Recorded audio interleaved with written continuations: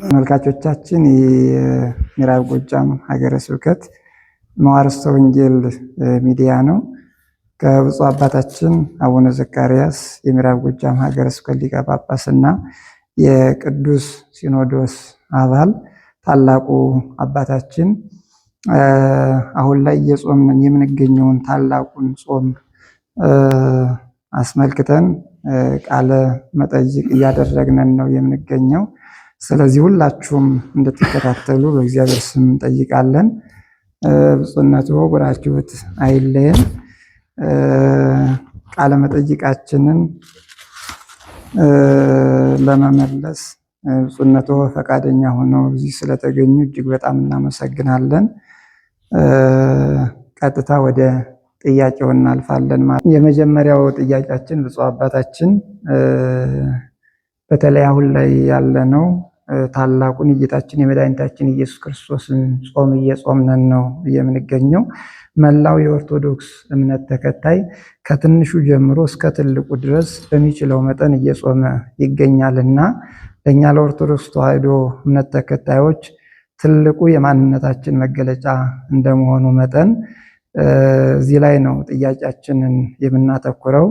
ስለዚህ የመጀመሪያው ብፁዕ አባታችን ጾም ማለት ምን ማለት ነው የሚለውን ለምዕመናን እንዲያብራሩልን በታላቅ አክብሮት እንጠይቃለን።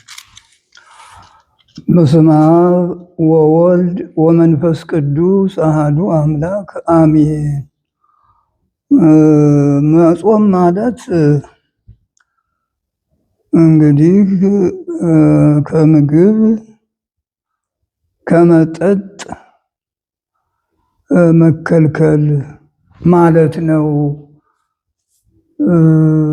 ወይም ደግሞ ከመጠጥ ከከባድ መጠጥ ከስጋ ከጠጅ ከሚያሰክሩ ነገሮች ሁሉ መከልከል ማለት ነው። ጾም ማለት ትርጉሙ ብዙ ነው። ጾም ያልጾመ የለም። ከቀደምት አበው ጀምሮ ጾም ያልጾመ ከነቢያትም ከሐዋርያትም ከሰብዓ አርድእትም ከሊቃውንትም የጾምን ትርጉም የማያውቅ የለም እና ጾም ማለት በጣም የከበረ ከእግዚአብሔር ጋር የሚያገናኝ ምስጢራትን የሚገልጽ ሰውነትን በጣም የሚቀጣ የሚያደክም እና ብሩህ አእምሮን የሚፈጥር ማለት ነው። ጾም ማለት ብዙ ጊዜ በቅዱስ መጽሐፍ ውስጥ ተጽፏል። ጾም ብዙዎቹ ተጠቅመውበታል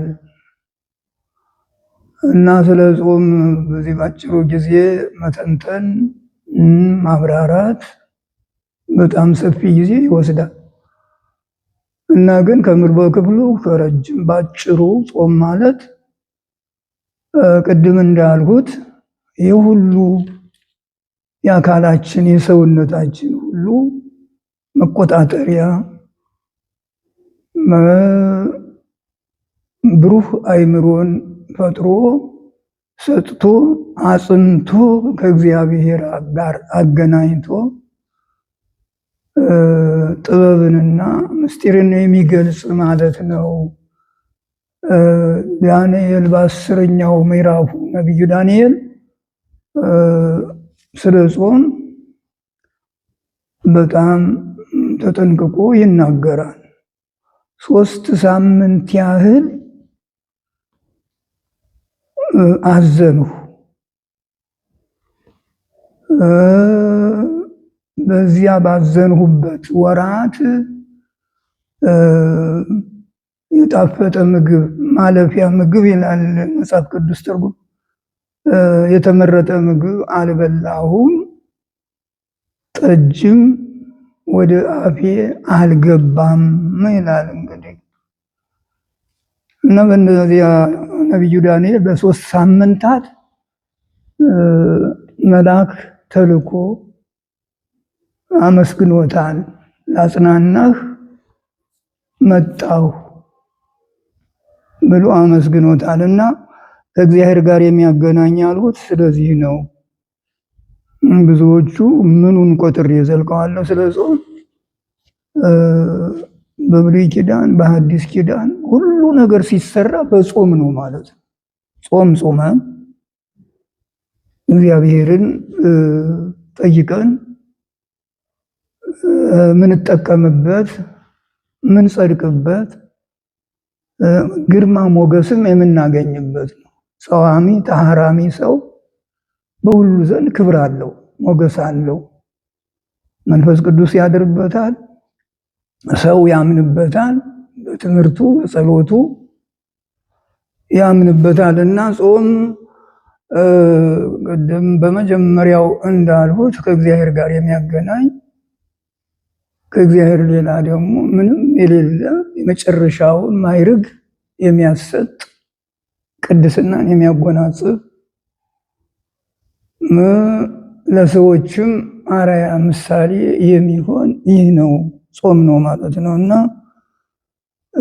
ጾም በጣም የከበረ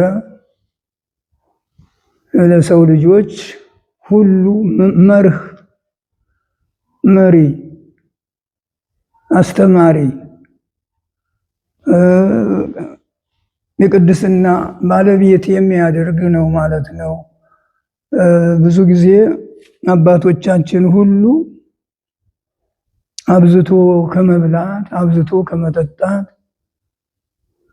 የሚከለከሉበት በጾም ነው ማለት ነው። እና የተወሰነ ጊዜ አለው፣ ለዘላለም አይደለም፣ ለብዙ ጊዜም አይደለም። በተወሰነ ጊዜ ጸሎት፣ ጾም፣ ሱባኤ ይባላል። በዚያ በሱባኤው ውስጥ ብዙ ምስጢራት የሚገለጹበት ነው። እና ጾም ማለት ከእግዚአብሔር ጋር የሚያገናኝ እግዚአብሔር በሰው ላይ በምእመናን ላይ በጸዋሚዎች በተሐራሚዎች በቅዱሳን ላይ የሚያድርበት ወይም እግዚአብሔርን በእኛ በደካሞቹ ላይ አድሮ ኃይልን ጽናትን እንዲሰጥ የሚያደርግ ማለት ነው ጾም ማለት። አባታችን አሁን በድጋሚ ቡራኬዎት አይለየን። አሁን እየጾምን የምንገኘው የአምላካችን የመድኃኒታችን ኢየሱስ ክርስቶስን ታላቁን ዐቢይ ጾምን ነው እና ይሄ ጾም እያንዳንዱ የራሱ የሆነ ሳምንት አለው ወይም ደግሞ ስያሜ አለው። የመጀመሪያው ሳምንት ዘወረደ ወይም ደግሞ ጾመ ሕርቃል በመባል ብዙ ጊዜ ይታወቃል እና እንደው ምናልባት አንዳንድ ምዕመናን ጾመ ሕርቃል ማለት ምን ማለት ነው የሚል ጥያቄ ብዙ ጊዜ ስለሚያነሱ ግልጽ እንዲሆንላቸው ጾመ ሕርቃል ማለት ምን ማለት ነው የሚለውን ብፁዕ አባታችን አሁን በድጋሚ ያብራሩልን። በጣም ጥሩ ጥያቄ ነው። ብዙዎቹ አይረዱትም፣ አያውቁትም። ጾመ ሕርቃል የታወቀ የነበረ ነው። ምክንያተ ጾሙ በምን ምክንያት ነው ብሎ ለሚጠይቅ ሰው መስቀል የጌታችን የኢየሱስ ክርስቶስ መስቀል በእሌኒ አማካይነት ከተገኘ በኋላ የፋርስ ሰዎች ወደ ግብፅ መጥተው ነበረ። ወደ ሀገራቸው በኢየሩሳሌም በኩል ሲመለሱ የፋርሱ ንጉሥ በእሌኒ ባሰራችው ቤተክርስቲያን ገባ። እዚያ ለበጎ ነገር አይደለም። ቤተክርስቲያን ገባና መስቀሉ ሲያበራ አየውና በጣም ተደነቀ።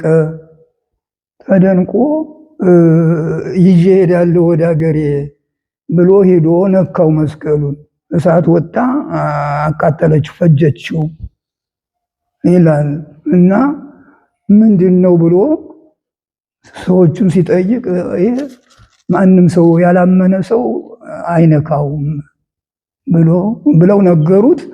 ሁለት ዲያቆናት ከዚያው ከቤተ ክርስቲያኑ አስገድዶ እነዚያን ዲያቆናቱን አሸክሞ መስቀሉን ወሰደው ወደ ሀገሩ ወደ ፋርስ አወረደውና ህዝቡም እንዲህ የተወሰነው ማርኮ አንዲት ከካህናት ወገን የሆነች አንዲት ብላቴናም ተማርካ አብራ ሄደች እና በዚያ ምክንያት ወስዶ ወደ ቤተ መንግስቱ አስገብቶ ያሳዝናል። ከቤተ መንግስቱ ከገባ በኋላ ያንን መስቀል ደግሞ ለሁለተኛ ጊዜ ከቤቱ በስተጀርባ አውጥቶ ቀበረው። ማንም ሳያይ ያቺ ብላቴና ተማርካ የሄደችው ከኢየሩሳሌም መቼም እግዚአብሔር ሁሉን ነገር ያለ ምስክር አይተውምና በመስኮት ታይ ነበረ ያንን መስቀል ያ ሲቀበር እና እንግዲህ እነዚያ ዲያቆናቱ ያሳዝናሉ። መቼም ክርስትና መከራ ያስቀብላል እና አሁን ቀብሮ ሲያበቃ ማንም ሳያውቀው እነዚያን ዲያቆናት እዚያው ገደላቸው፣ እዚያው ተቀበሩ። ያቺ ብላቴና ግን ያው በመስኮቱ ታይ ነበር መስቀሉ የተቀበረበትን። በዚህ ምክንያት እንግዲህ የሮም ንጉስ ነው እንትኑ ህርቃሎስ ንጉስ ህርቃሎስ ይባላል። በጣም የከበረ ክርስቲያን ነው። በዚያ ጊዜ ደግሞ ካቶሊክ ልዩነት አልነበረም። ሁሉም የኦርቶዶክስ አንድ አማኝ ነበር። ኋላ ነው ነገሩ የመጣው እና እሱም ሄደው ነገሩት። ኢየሩሳሌም ተመዘበረች፣ የጌታችን መስቀል በሌን የተገኘው አሁንም ተመልሶ ተወሰደ ብለው ነገሩት። በቃ እሱ ሰበሰበ ምዕመናንን፣ ጸልዩልኝ፣ ጾሙልኝ ብሎ ይሄ ነው እንግዲህ ጾመ ህርቃል ማለት። ህርቃሎስ ባጭሩ ህርቃል እና ምዕመናኑ ሁሉ ክርስቲያን ነው ተሰብስቦ ጸሎት አደረገ። እሱ ሄደ፣ ዘመተ ወደ ኢየሩሳሌም። በቃ ወደ ዘምቶ እንደገና ወደዚያ ወደ ንጉሱ ሀገር ወደ ፋርስ ባቢሎን ሰራዊቱን ይዞ ዘመተ። ህርቃል ዘመተና በቃ አንድ ጊዜ ንጉሱንም ያንን ማርኮ የወሰደውንም ህዝቡንም የተከታዮቹንም የዚያን የመናፍቁን ንጉስ መስቀሉን የወሰደ አጠፋቸው እና አሁን በጣም እንትን ያለው በጣም አዘነ። የክርስቶስ መስቀል የተቀበረበትን የሚያሳየው ጠፋ። ያቺ ብላቴና እንግዲህ ያው በእግዚአብሔር ፈቃድ ገባ፣ ወደ ቤተ መንግስቱ ገባ። ያችን ብላቴና አገኘ እና እሷ በዚህ በኩል ነው እዚያ ቦታ ነው የቀበረው ብላ ተናገረች። ያው ንጉሱ ህርቃል ሄደ፣ ያን ቦታ አስቆፈረው፣ መስቀሉ ተገኘ። ለሁለተኛ ጊዜ ነው። በኢየሩሳሌም መስቀል ተረክበ ወገብረ መድምመ በኢየሩሳሌም ቅድመ ወበፋርስ ዳግመ ይላል እና በዚህ ምክንያት ተገኘ። በቃ ደስታ ሆነ። ያም ጾም ጠቃሚ ነው መቅረት የለበትም ብለው በየዓመቱ ዘወረደ የምትባለው ጾመ ህርቃል የምትባለው እንድትጾም በሊቃነ ጳጳሳቱ፣ በመምህራኑ፣ በሊቃውንቱ፣ በምዕመናኑ ስምምነት ተደረገ። ያው እንግዲህ እየተካፈሉ ወሰዱት። ይህንን እንትኑን ማለት ጾሙን በየሀገራቸው እና በእኛ አብዛኛው በእኛ ነው የሚሆነው። በአንዳንድ ሀገሮችም አለ እንጂ ከቅድስት ነው የሚጀመረው የአብይ ጾም። ሌሎቹ ቅድስት ይጀምራሉ፣ የሆሳዕና ያበቃሉ። ትንሣኤ የሆሳዕና ነው በሌሎቹ። በዚህ በአውሮፓ እንደዚያ ነው። እና ጾመ ሕርቃል ማለት ይሄ ነው። ከዚያ በኋላ ያው እንግዲህ እነ ቅዱስ ያሬድ ሁሉ ተቀበሉት። ከ500ኛው መቶ ዘመን በፊት ነው የነበረው። ይሄ ያው በሌኒ ዘመን በ270 እንደዚያ ተዚያ ትንሽ በለጥ አለፍ ብሎ ነው። እና ጾመ ሕርቃል ማለት ይሄ ነው። በጣም ጠቃሚ ነው። ልዩ ጾም ነው። የሰውነት መፈተኛ፣ ወደ ዋናው ጾም መግቢያ ማለት ነው፣ መተላለፊያ። በዚህ አሁን መዘዋወር ይፈቀዳል፣ የትም መሄድ ይፈቀዳል። መነኮሳትም ገዳማውያንም በዚህ ወዲያ ወዲህ ይሉበታል። ከቅድስት በኋላ ግን በጣም ከበድ ያለ ነው፣ የጌታችን ጾም ነው። እና ይህ ነው ጾመ ሕርቃል ማለት እንዲህ ያለ ታሪክ ያለው ነው። በዚሁ አይነት ነው እንግዲህ ምዕመናን መቀበል ያለባቸው፣ ማመን ያለባቸው። ሁልጊዜም ዝም ብሎ በጥርጣሬ መሄድ ተገቢ አይደለም። እንደዚህ ነው በጥያቄም በመልስም በአማረ ሁኔታ እንዲህ አድርጎ አሳምሮ ማስረዳት ማስተማር ተገቢ ነው። ጥያቄው መልካም ነው፣ መልሱም ያለ ነው። ተመልካቾቻችን አሁን እያደረግንን የምንገኘው ከብፁዕ አባታችን አቡነ ዘካርያስ የምዕራብ ጎጃም ሀገረ ስብከትና የቅዱስ ሲኖዶስ አባል ጾሙን አስመልክተው አባታዊ ትምህርትና ቃለ ወንጌል እየሰጡን ነው የሚገኙ። እናንተም እንግዲህ በትምህርቱ ተጠቃሚ እንደምትሆኑ ሙሉ እምነቱ አለን። አሁንም ጥያቄያችን ይቀጥላል። ብፁዕ አባታችን በድጋሚ ብራችሁት አይለኝ።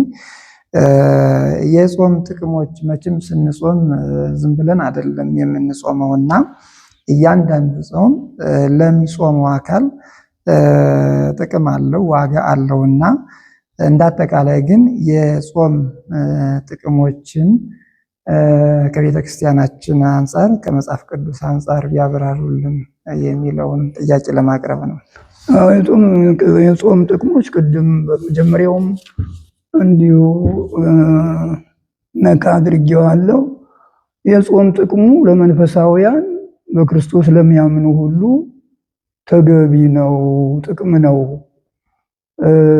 በስጋም በነፍስም ይጠቅማል። ይሄ ሰውነትን በጣም አለመቆጣጠር ማግዘፍ ራሱ ይሄ የታክብዱ ልብክሙ በመብል ወበስቴ ወንጌል ራሱ ቅዱስ ሉቃስ ወንጌል ጌታችን ያስተማረው ሰውነታችሁን በመብል በመጠጥ አታክብዱት። እንግዲህ ይሄ ጥቅም የለሽ ነው።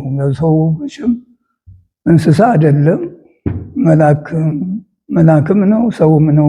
ሰው በክርስቶስ ያመነ ሰው በሁሉ ነገር ቀልጣፋ፣ ጸዋሚ፣ ተሃራሚ፣ ደግሞም አዋቂ፣ ዘዴኛ መሆን አለበት። ጾሙም በመጠኑ መሆን አለበት። በዓለም ላይ ሲኖር በእኔ ስራ በእኔ አቅም ብሎ መቀጥቀጥ ሳይሆን ቸርነቱን ጨምሮ የራሱንም ጥቅም መንፈሳዊ ጥቅም አስቦ የሚያደርገው ነው ጥቅም ማለት እና ገሌ ተጠቅሟል፣ አባ ገሌ ተጠቅሟል፣ አባ ገሌ በቅቷል፣ አባ ገሌ ከሰው ተለይቷል የሚባለው ሁሉ መጠቀም ነው። በእውነት ከዚህ ዓለም ጣጣ ውጣ ውረድ ወጥቶ ከእግዚአብሔር ጋር መገናኘት በመዓልትና በሌሊት በጾም በጸሎት ተጸምዶ የመላእክት ሽርካ፣ የመላእክት ጓደኛ፣ የመላእክት አንድነት ያለበት ሰው መሆን ይሄ ጥቅም ነው ማለት ነው እና የጾም በእውነት በዚህ ጥቅም በዚህ ጾም ጸሎት ተራራ ፈልሰውበታል። ሰማይ ተከፍቶ አይተዋል። እስከ መንበረ ጸባዖት እስከ ጌታ ድረስ ደርሰው ከእግዚአብሔር ጋር ተነጋግረውበታል። ከዚህ የበለጠ ጥቅም ምን አለ? እና ይሄ ሁሉ መንፈሳዊ ጥቅም፣ መንፈሳዊ በቁየት ነው የሚለው። እንደውም በቁየት በግዕዙ ጥቅም ማለት ነው። እና ብዙ ነው መንፈሳዊ የጾም የጸሎት ጥቅሙ በጣም ያማረ የሰመረ ነው። ሰውነት ጸጥ ያደርጋል፣ ደስታ ይሰጣል። በሰውየው ሕይወት ውስጥ ያለው ሁሉ ደስታ ይሞላል ማለት ነው። ተመስገን ብሎ ፈጣሪውን እንዴት አስቻልከኝ፣ እንዴት እስካሁን ጾምኩኝ ብሎ ስንቱ መባሌት ተሰልፎ እየታየው ያን ሁሉ ታግሶ ነው። ይሄ እንግዲህ ጥቅም ነው ማለት ነው። ውሃ በመተው ብቻ እንኳ ዳዊት አሁን እሱ ተጠቅሟል። እንግዲህ ውካው ተማየ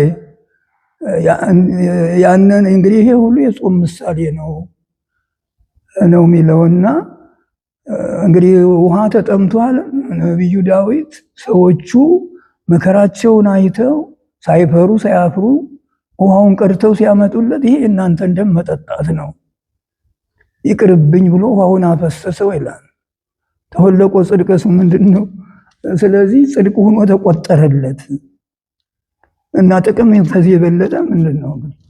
አንድ ረዋት ውሃ አንድ ምን ልበለው አንድ ቅምጫና ውሃ እንደ ድሮ አነጋገር ያንን አፍስሶ ከእግዚአብሔር ጋር ጽድቅ ሆኖ ሲቆጠርለት በእግዚአብሔር ይሄ ጥቅም ነው ማለት ነው። ብዙ ተጠቅሞበታል እና የጾም ጥቅሙ በእውነት በጥሩ ሁኔታ በንጹህ ልብ ሆኖ በተቻለው መጠን ረዥም ጊዜም ሆነ አጭር ጊዜም ሆነ መጾም ተገቢ ነው። በዚህም ጥቅም ይገኝበታል። በስጋዊው ብንሄድ ይታመናል ሰውየው፣ ያ ጥቅም ነው ማለት ነው። ሰው ያምንበታል፣ ይፈራዋል፣ ያከብረዋል። ይሄ ያስቀስፈናል። ጸሎተኛ ነው፣ ጾመኛ ነው፣ ተሐራሚ ነው ብለው ሰዎቹም ያከብሩታል። በሌላው ሁሉ ጥቅም ብዙ ያገኛል። በዓለማዊውም ቢሆን ዓለማዊው አሁን በድሮ እኛ በልጅነታችን በመንግስት በዚህ በነበረው ንጉስ በነበሩት ጊዜ ሁሉ እዚያ ተማሪ ትምህርት ቤት ያው ጥሬ ተቆርጥሞ ነው ወይም ደግሞ ቁራሽ እንጀራ ተበልቶ ነው። በዚያ ጊዜ ብዙ ይመጣሉ። ይገርማል። ታላላቁ ጄኔራሉ ኮሎኔሉ ይመጣና እዚያ ትምህርት ቤቱ ከኛ ውስጥ ይመለምላል። አንዳንዱ ትምህርት አርበው ያለው ረኔ እስከ መቼ ድረስ ብሎ ያችን ትህርምቱ ጾሙ ግን ሳይለየው ወስደው እዚያ አሰልጥነው ወታደር ያደርጉታል። ምክንያቱም ይሄ ሰው ተፈትኗል ማለት ነው፣ ለምዶታል ጾሙን መዋል። እንግዲህ በረሃ ሄዶ ከጠላት ጋር ደግሞ መታገል ሀገርንም ማስጠበቅ ይሄም ራሱ ጥቅም ነው ማለት ነው፣ ጥቅም ነው እና በነፍሱ ያው እንግዲህ ከእግዚአብሔር ጋር ሆኖ እንደ ፈያታዊ ዘይማን ዛሬ ገነት ትገባለህ እንደተባለው ጾሞ ጸልዮ የተቻለውን ተጋድሎ የእግዚአብሔርን መንግስት ሲወርስ ይሄ ጥቅም ነው ማለት ነው።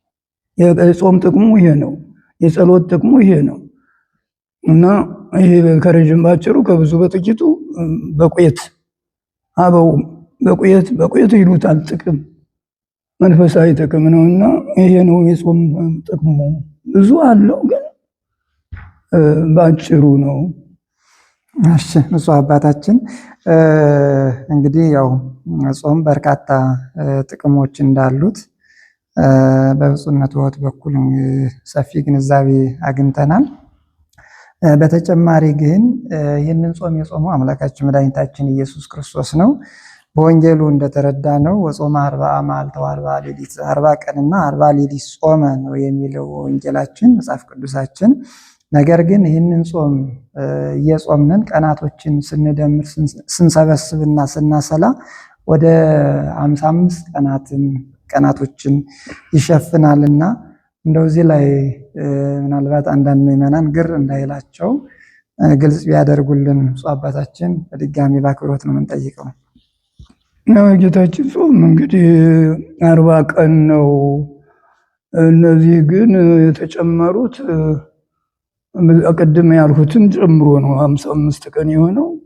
የዘወረደን ጨምረን ደግሞ ከዚያ ሕማማትን ጨምረን ያ ደግሞ እንደዚሁ እሁድ ቅዳሜ ደግሞ በአብይ ጾም እሑድ ቅዳሜ እንደተጾመ አይቆጠርም፣ ያው በዓል ስለሆነ ከዚያም ውስጥ አወጣጥተው 55 ቀን ይሆናል። እንግዲህ ያ ነው እንጂ የጌታችን ሕማማት ይባላል። ያን ጊዜ ግን ጌታ ሳምንት ማለት ነው በመጨረሻው ይሄ ሰሙነ ሕማማት ከሆሳዕና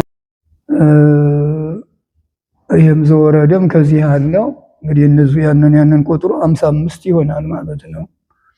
ተጎደለ የቅድስት የምኩራብ እነዚያ ከእሑድና ከቅዳሜ እሑድ እስከ 3 ነው እንግዲህ እንደተጾመ አይቆጠርም።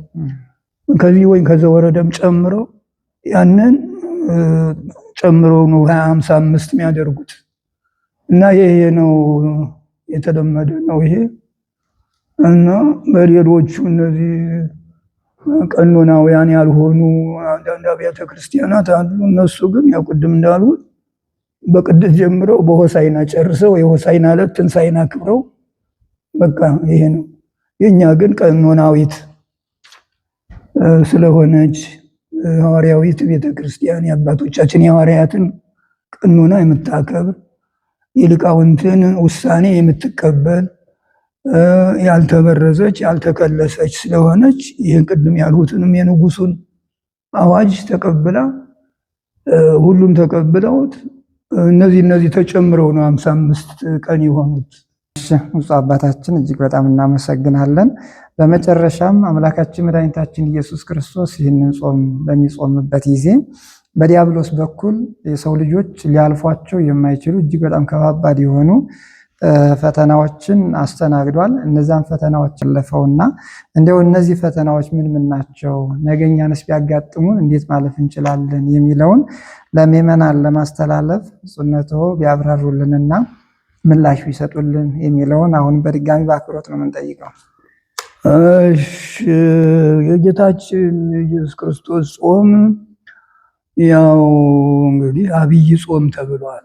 ትልቁ ጾም ፍጹም ጾም ማለት ነው። አብይ ብሎ ፍጹም የሆነ ይህ ቀረ የማይባል መድኃኒታችን ኢየሱስ ክርስቶስ የነቢያትን አክብሮ 40 ቀን ነው። ሙሴ 40 ቀን ጾመዋል። እዝራ 40 ቀን ጾመዋል። ሌሎቹ ሁሉ 40 ቀን ጾመዋል። ያንን አክብሮ 40 ቀን ጾመ፣ ከዘረጋ ሳያጥፍ ከቆመ ሳያርፍ ይለዋል። ጾመልን ለኛ ብሎ በለበሰው ስጋ መሰረት ጾመ። ያው በወንጌሉ ተገልጧል እና በሚጾምበት ጊዜ እንደኛ ከሆነ ዘንድ ያው ፈተና አለ። አንድ ጊዜ ቢሆን በአምላክነቱ አልተመካም። እንደኛ ሆኖ ሰው ሆኖ መለኮቱም በባህሪው ከስጋ ጋር ተዋህዶ እያለ በስጋ ባለው ባህሪ ተፈተነ። ምንድነው ይሄ እንግዲህ ጾሙ ሲፈጸም ሰይጣን ተፈታተነው በሶስት ነገሮች ይላል እና መጀመሪያው ምንድነው ሰይጣን ድንጋዩን ይዞ መጥቶ ይሄንን ህብስት አድርገው እንግዲህ እና እንጀራ አድርገውና እንብላ ቢለው ሰው የሚድነው በእንጀራ አይደለም ከእግዚአብሔር በሚወጣ ቃል ነው እንጂ ከእግዚአብሔርም በሚወጣ ቃል ነው እንጂ ብሎ በዚህ ፈተነው። እንግዲህ ሰይጣን ይሄ ቢያረገው ይችላል። የእግዚአብሔር ልጅ ከሆነ ነው እንግዲህ አጠራጣሪ እግዚአብሔር ልጅ ከሆነ ይሄንን ዳቦ አድርገህ እንብላ ነው የሚለው። ተአምረ ኢየሱስ ትንሽ ይጨምራል። እንብላ። ምክንያቱም አሁን ጌታ ይሄን መልስ የሰጠው ማድረግ አቅቶት አይደለም፣ ያደርገዋል። በቃና ዘገሊላም እመቤታችን ጠይቀው ያን ወይን እንዳደረገው ይሄን ድንጋይ ህብስት ማድረግ ይችላል። ግን የሰይጣን ምን ነበር ሐሳቡ? ቢያደርገው የሰይጣን ታዛዥ ብዬ መሳለቂያ ያደርገዋለሁ፣ ባያደርገው ደግሞ እግዚአብሔር ልጅ አይደለም እንግዲያው ብዬ ፈተና መጣበታለሁ። እንደዚህ ያለ ተንኮል ነው እንግዲህ በውስጡ ያለው እና ግን ጌታ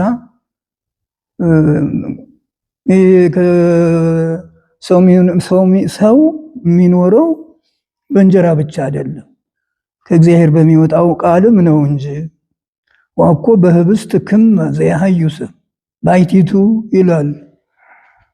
ብቻውን በእንጀራ ብቻ አይደለም የሚኖረው እና ያው የእግዚአብሔርን ቃል ጨምረን ነው የምናደርገው እና ይሄ ፈተና ነው። ፈተናውን ግን በዚሁ አለፈው ማለት ነው እና የሰይጣን ፈተና ከባድ ነው። ብዙዎችን ጥሏቸዋል፣ ብዙዎችን ውድቅ አድርጓቸዋል። ደክመው ብዙ ዓመት ደክመው በተለያየ ፈተና ጥሏቸዋል እና መድኃኒታችን በለበሰው ስጋ እኛን መስሎ በሰራው ፈተናውን አንዱ ፈተናው ይሄ ነው አለፈው ማለት ነው። ሁለተኛው ፈተና ወደ ቤተ መቅደሱ ወስዶ ጥቅሱን ያንጎደጉዳል።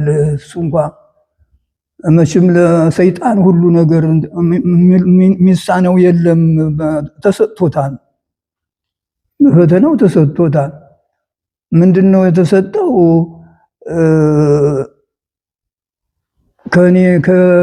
አንተን የካደውን እኔን ያመነውን ስጠኝ ብሎት እኔን ክዶ አንተን ካመነ ብሎ የሰጠዋል። እዚህ መቃብያን በሚባለው መጽሐፍ ላይ ነው ይሄ ያለው። ይሄ የኛ የቤታችን ነው፣ የኦርቶዶክስ ተዋህዶ ልጆች ለሆን ነው ይሄ ለመናፍቃን አይደለም። እናዚያ ላይ ምንድነው ቃል ኪዳን ሰጠው።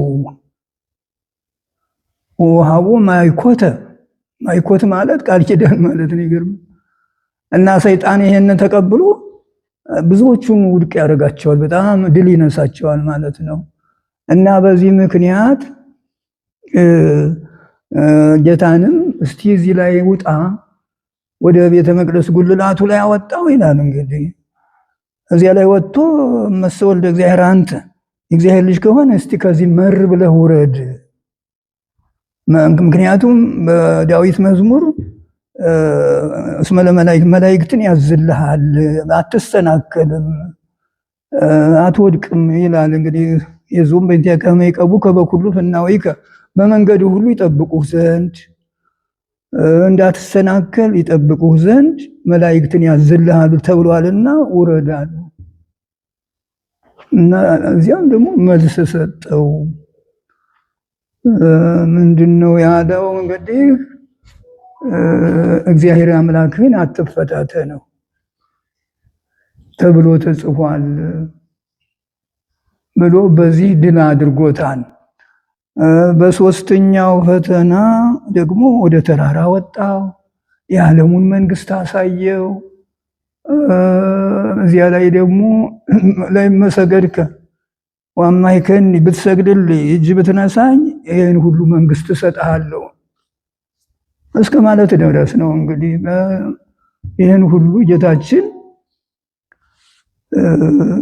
በጥሩ ሁኔታ በጥንቃቄ አልፎታል ማለት ነው እና ለሱም አልሰገደልህ። ሁርም ድሬ እንዲያውም ሂድ ከወደኋላ እጥፋ መጨረሻ እንዲያውም በጣም ተቆጥቶ ገስጾ ነው ያባረረው የሰደደው። እና ይሄ እንግዲህ ብዙ አራያ ሆኗል። ሶስት ነገሮች በትዕቢት፣ በስስት፣ በፍቅረ ነዋይ። ስስት ያዳቦ ያልኩት ነው። እንግዲህ ሰው በእነዚህ ድል ከተነሳ ወዮለት በጣም ሌሎቹ አይቆሙለትም። ሌሎቹ ሌሎቹ ኃጢአቶች ማለት ነው አይቆሙለትም። እና ስለዚህ ዓለማዊም ይሁን በዓለም ላይ የሚኖር መነኩሴም ይሁን እነዚህን መጠበቅ አለበት። በስስት በትዕቢት። ስስት ማለት ይህንን እንብላ እንግዲህ 40 ቀን ጾሟል፣ ወርህ እንደውም ተራበ ይለዋል ጌታ። ተራበ እንግዲህ በዚያ በተራበ ጎን ገብቶ እሱ ለማሰሳት ነበር። የተራበ ሰው መቼም ብዙ ነው ነገሩ። አያወላውልም፣ የቀረበለትን ይበላ ነበር እና እሱ ግን ድል ነሳው እና እኛ ደግሞ ጌታ በዚህ በሶስቱ ጸዋትው በሶስቱ ወገኖች ፈተናዎች እንዳለፈ እናንተም ከፈተና ዳኑ፣ ከስስት ከትዕቢት ከፍቅረ ነዋይ ዳኑ። ስስት ያው ነው ዳቦ ነው። ትዕቢት ደግሞ መር ብለህ ውረድ ማለቱ ይህም ትዕቢት ነው ማለት ነው። አሁን እሱ ይህም ቢያደርገው ቅድም እንዳሉት በመጀመሪያው የሰይጣን ታዛዥ ብሎ ለመሳቅ ለመቀለድ ነው፣ እንግዲህ መዘባበቻ ለማድረግ ነው። እና ሰይጣን ያዘዘውን ሁሉ የሚቀበል ምእመን የለም። በክርስቶስ ያመነ ሁሉ የሰይጣን ትእዛዝ ምንም አይጠቅመውም፣ አይቀበለውም። አራተኛው ፍቅረ ነዋይ ማለት ይኸው እንግዲህ የዓለሙ መንግስት ያው በገንዘብ የተያዘ ነው። መንግስታቱ የሚኖሩት በትዕቢት በተራራ ላይ ቤታቸውን ይሰራሉ፣ ህዝብን ያስገብራሉ፣ ገንዘብ ይሰበስባሉ። እና እሱ ደግሞ ያንን አይቶ አንዳችም አልተቀበለውም። ሀሳቡን ውድቅ አድርጎ ወደ ኋላ ይሄድ ሰይጣን ወግድ ብሎ አባሮታል። ከዚህ በኋላ ሰይጣን አፈረ ወይም ዘሃደጎ ከዚህ በኋላ ተወው ይላል። እንግዲህ ፈተናውን ተሸነፈ፣ ድል ሆነ፣ ተዋረደ። ብቻውን ያን ሁሉ ነጥብ ይዞ መጥቶ ያን ሁሉ ፈተና ይዞ መጥቶ ተነስቶ ሰይጣን ሄደ። ግን እስከ ጊዜው ይላል የሉቃስ ወንጌል በይሁዳ አድሮ እስኪያሰቅለው ድረስ ለጊዜው ሰይጣን አፍሮ ሄደ። እና ይሄ ነው እንግዲህ እኛ ምንጠነቀቀው ምንጠብቀው በኃይለ እግዚአብሔር በቅድስት ድንግል እመቤታችን ማርያም አማላጅነት በቅዱሳን አባቶቻችን በጸሎታቸው ተራዳኢነት እኛ ፍጹም ክርስቲያን ሆነን ትሑታን የዋሃን አቃበያነ ቃላተ እግዚአብሔር የእግዚአብሔርን ቃሎች በመጠበቅ እነዚህን ሁሉ ፈተናዎች በማሰብ ተግተን ነቅተን ከእንዲህ ያለው ድርጊት ከእንዲህ ያለው ፈተና የምንወጣበትን መንገድ መፈለግ እንደሚያስፈልገን በዚሁ አጋጣሚ እናገራለሁ ማለት ነው። ብፁዕ አባታችን እጅግ በጣም ነው የምናመሰግነው። በጣም ሰፊ ነገሮችን አንስተው ነው የነገሩንና በተለይ እነዚህ አሁን ያነሷቸው ነገሮች ብዙ ሰዎች የሚፈተኑባቸው ናቸው። ነገር ግን ደግሞ እነዚህን ፈተናዎች ማለፍ ከቻሉ የክርስቶስ ተሳታፊ መሆን እንደሚችሉ ነው አሁን የተረዳንና በመጨረሻም ይህ ጾም እጅግ በጣም ታላቅ ጾም ነው። አምላካችን መድኃኒታችን ኢየሱስ ክርስቶስ የጾመው ጾም ነውና በዚህ ወቅት የትኛውም ክርስቲያን ቤቱ ውስጥ ምንም አይነት ግብዣ ማድረግ የለበትም ይላል የቀኖና መጽሐፋችንና አንዳንዴ ሰዎች ክርስትና ሲያስነሱ ቤታቸው ውስጥ ግብዣ አዘጋጅተው ሰውን ጠርተው ደስታ ያደርጋሉና ክርስቲያኖች ክርስትና በሚያስነሱበት ሰዓት ምን ማድረግ እንዳለባቸው ወይንስ ደግሞ በዚህ ወቅት እንደው ክርስቲያኖች ይህንን ማድረግ የለብኝም ብለው ክርስትና ከማስነሳት ይቆጠባሉ ወይንስ ደግሞ ክርስትናውን እያስነሱ ምን ያደርጋሉ የሚለውን አባታችን አሁንም በአክብሮት ነው የምንጠይቀውና ማብራሪያ ቢሰጡልን ነው። እንግዲህ ክርስትና ነገር በጥንቱ ብዙ ጊዜ ዝም ብሎ ይታለፍ ነበረ። በመጀመሪያው ያው በሕጉ ላይ አለ፣ በፍትህ መንፈሳዊ ወይም ደግሞ በስጋዊ ፍትሐ ነገሥት በሚባለው በቀኖናው ተጽፏል። የሰማዕታትን በዓል አታድርጉ፣ አታክብሩ። ምክንያቱም ሰማዕታት ተርበው ተጠምተው ታስረው አዝነው ተክዘው ነው ያሳለፉት እንጂ በእነሱ በዓል ሰበብ ተድላ ደስታ አታድርጉ።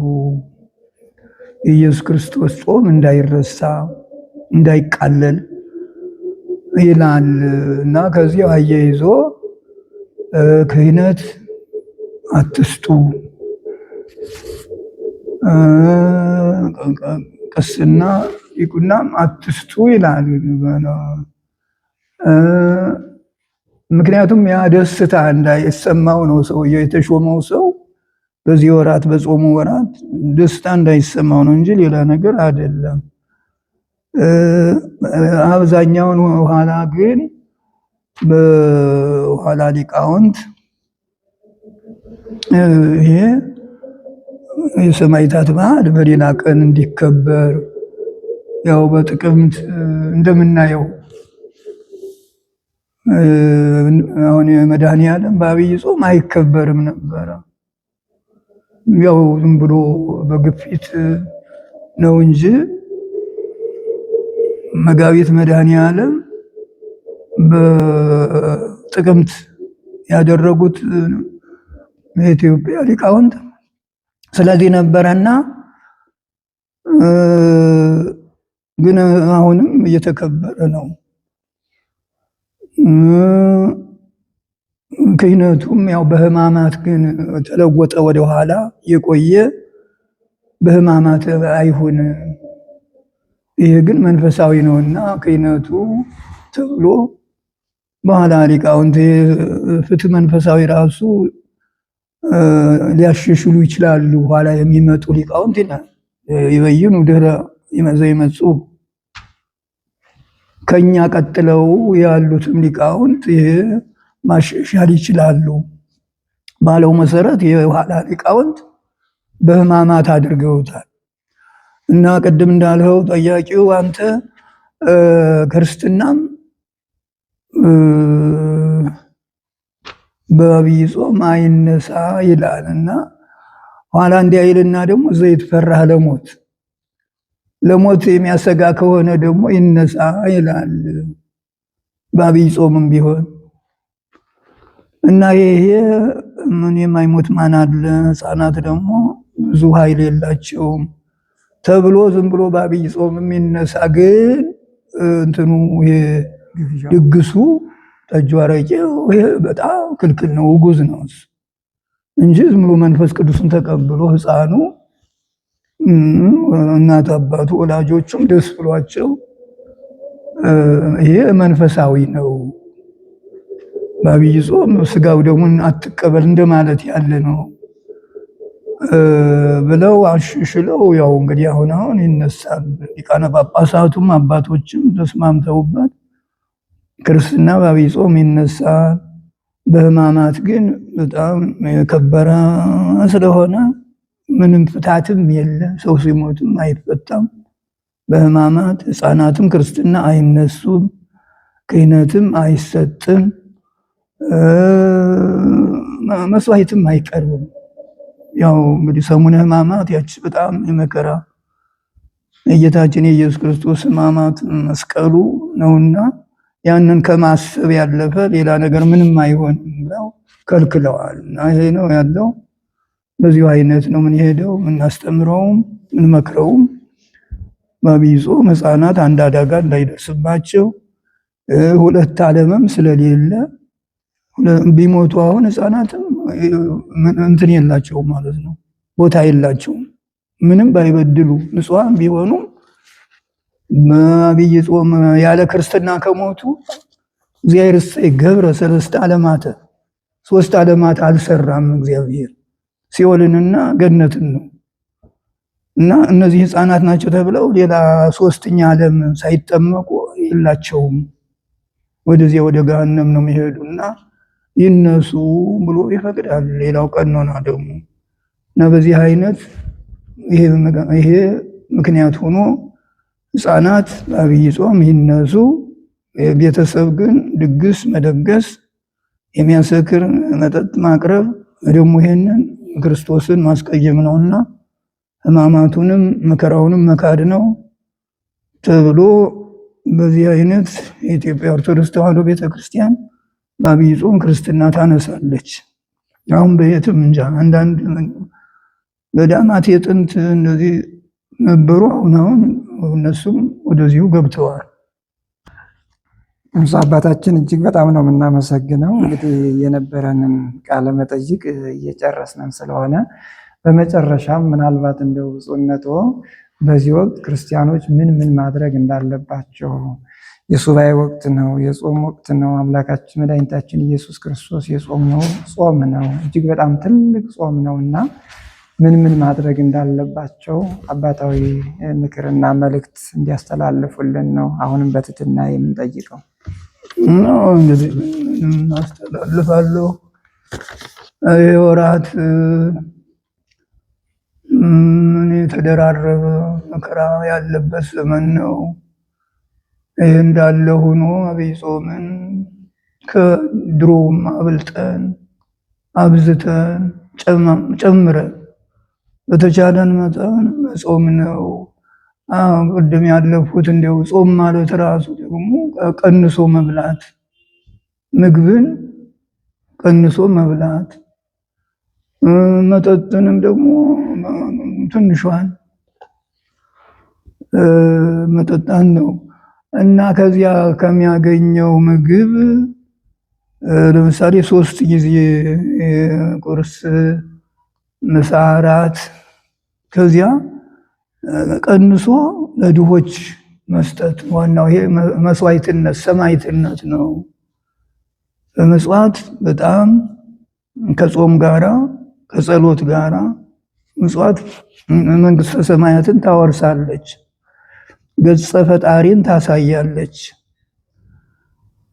መጻሕፍት ስለ መጽዋት ብዙ መስክረዋል፣ ብዙ ተናግረዋል እና በዚህ ወራት ምዕመናን በተቻላቸው መጠን እየጾሙም እየጸለዩም ስራቸውንም ሳይፈቱ ሳይመጻደቁ የጾሙም አይነት አለው።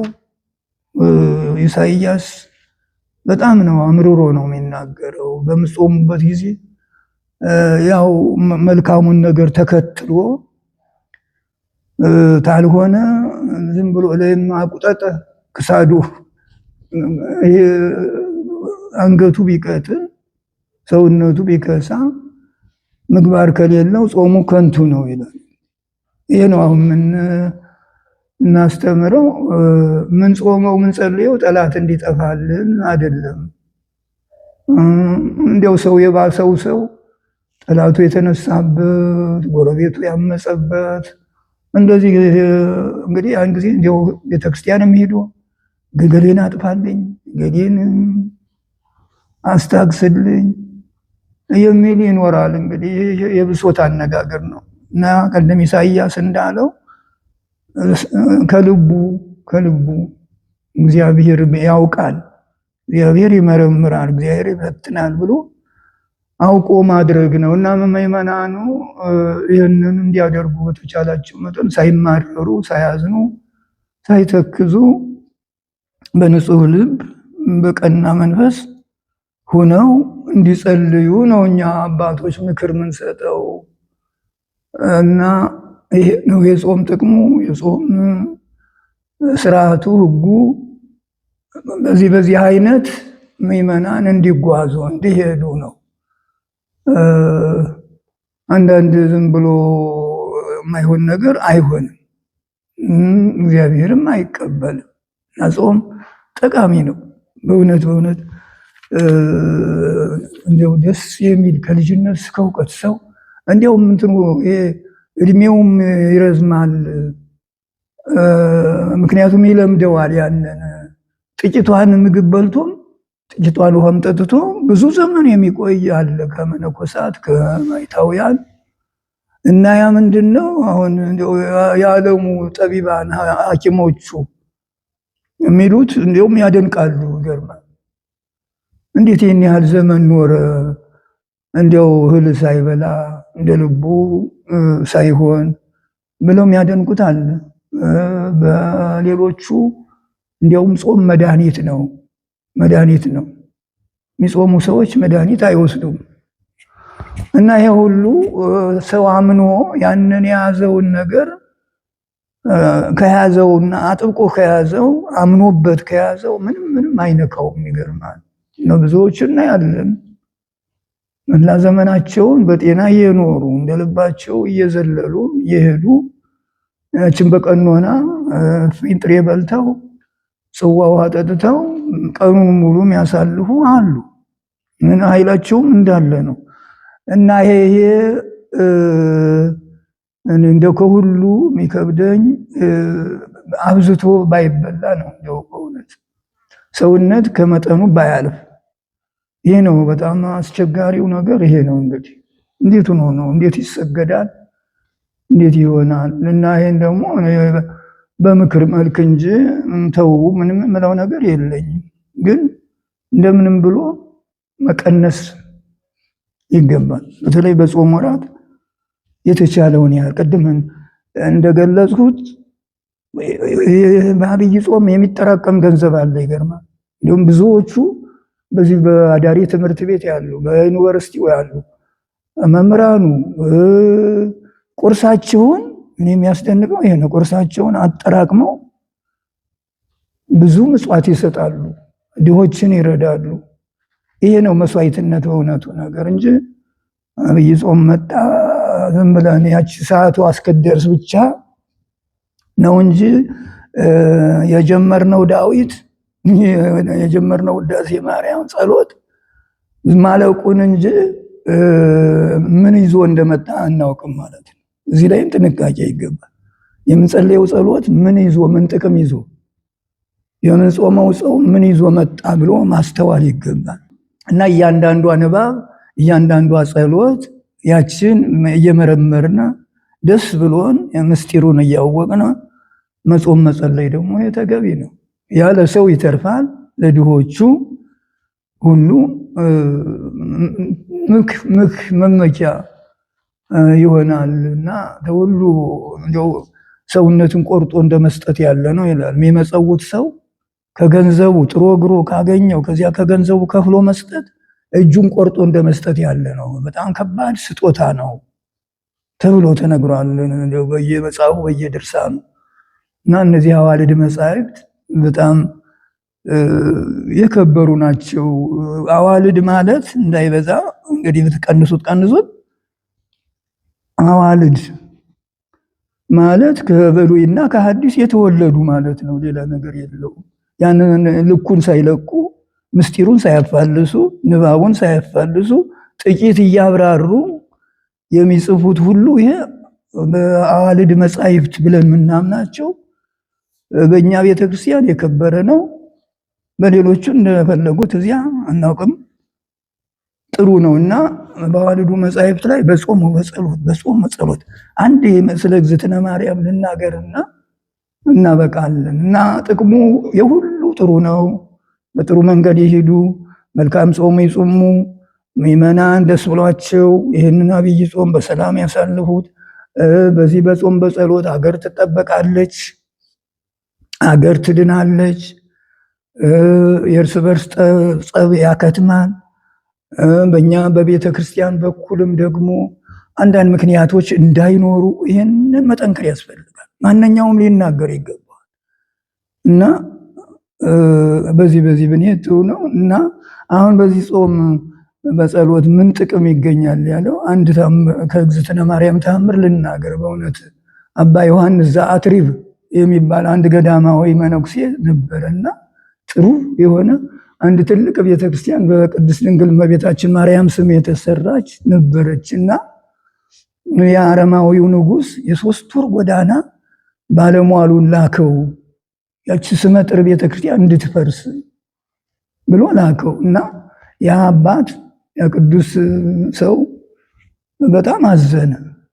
ብዙ ሰራዊቱን አስከትሎ አፍራሾችን አስከትሎ መጣና ይችን ቤተክርስቲያን እንዳፈርሳት ንጉሱ አዞኛል። 3 ወር ነው የተጓዘው። እና ያ መነኮስ ምን አለ? እኔ በቀን አንዳንድ 100 ወቄት ወርቅ፣ ወቄት ማለት ሚዛን ነው፣ ሰጥሃለሁ፣ እስከ 3 ቀን ታገሰኝ ጌታዬ፣ እባክህን ፈቃድ አመጣለሁ ካንተ ንጉስ አለውና ሳቀበት ያኛው ሰውዬው። እኔ 3 ወር ተጉዤ አንተ በ3 ቀን ሄደህ ነው ወይ ወረቀት ልታመጣ ብሎ እንትን አለ። እንዲሁ አሾፈበት ማለት ነቀፈው። እና ግን ያ ባለሟሉ ንጉስ ጌታዬ፣ እነዚህ ክርስቲያኖች የጾም ጸሎት እያሉ መብላ አተር ወብርስን አተር እየበሉ ብርስን ይህ ምስር እየቃሙ ደረቁን እየበሉ ናላቸው አይሰራም። ተቀበል ዝም ብለህ እሱም ወረቀቱን አያመጣም። አንተም ወርቅህን ተቀበል እና ወርቅ ደግሞ ክቡር ነው እንደምታውቁት። ያ በቀን 100 ወቄት ወርቅ እየተቀበለ ያ ንጉሱ ይሄድሽ ከሆነልህ አምጣ ደብዳቤውን ብሎ ያ አባ ዮሐንስ ዘአቅሪብ እሱ ገብቶ ቤተክርስቲያን ዝጉልኝ ብሎ በዚያ በጾም በጸሎት 3 ቀን ሳይበላ ሳይጠጣ ተቀጥቅጦ በ3ኛው ቀን ንጉሱ ያ ተኝቶ ሳለ ተነስ ጻፍ ደብዳቤ ተብሎ ጻፈና ማን ይወስደዋል ለመሆኑ? እመቤታችን ታየችው በተአምር ነው። ማን ይወስደዋል ደብዳቤውን ሲለው እግዚአብሔር ያውቃል አለችና አንድ ጻዕዳ ወፍ መጥቶ ከፊቱ ቆመ። ወረቀት አምጥቶ ያንን ጻፈ በቢር። ያ ነጭ ጻዕዳው ያችን ደብዳቤ ከንጉሱ ነጥቆ አምጥቶ እዚያ ሰጠው። እንግዲህ የ3 ወር ጎዳና የተጓዘው በ3 ቀን አምጥቶ ያችን ወረቀት ሰጠው። በእንዘ ቁልፍት ይእቲ ያቺ ድንኳኗ ንጉሱ ቢትወደዱ ያለበት ተቆልፋ እያለች በምስጢረ እግዚአብሔር ገብቶ ያ ጻዕዳ ወፍ እዚያ ገብቶ ያችን ተፊቱ ላይ አስቀመጠለት። እየተንቀጠቀጠ ተነስቶ በየት ገባ ማን አስገባው እያለ ደብዳቤውን ሲያይ ቀለሙ እርጥብ ነው እና ያንን ከፍቶ ሲያይ እንዳትነካ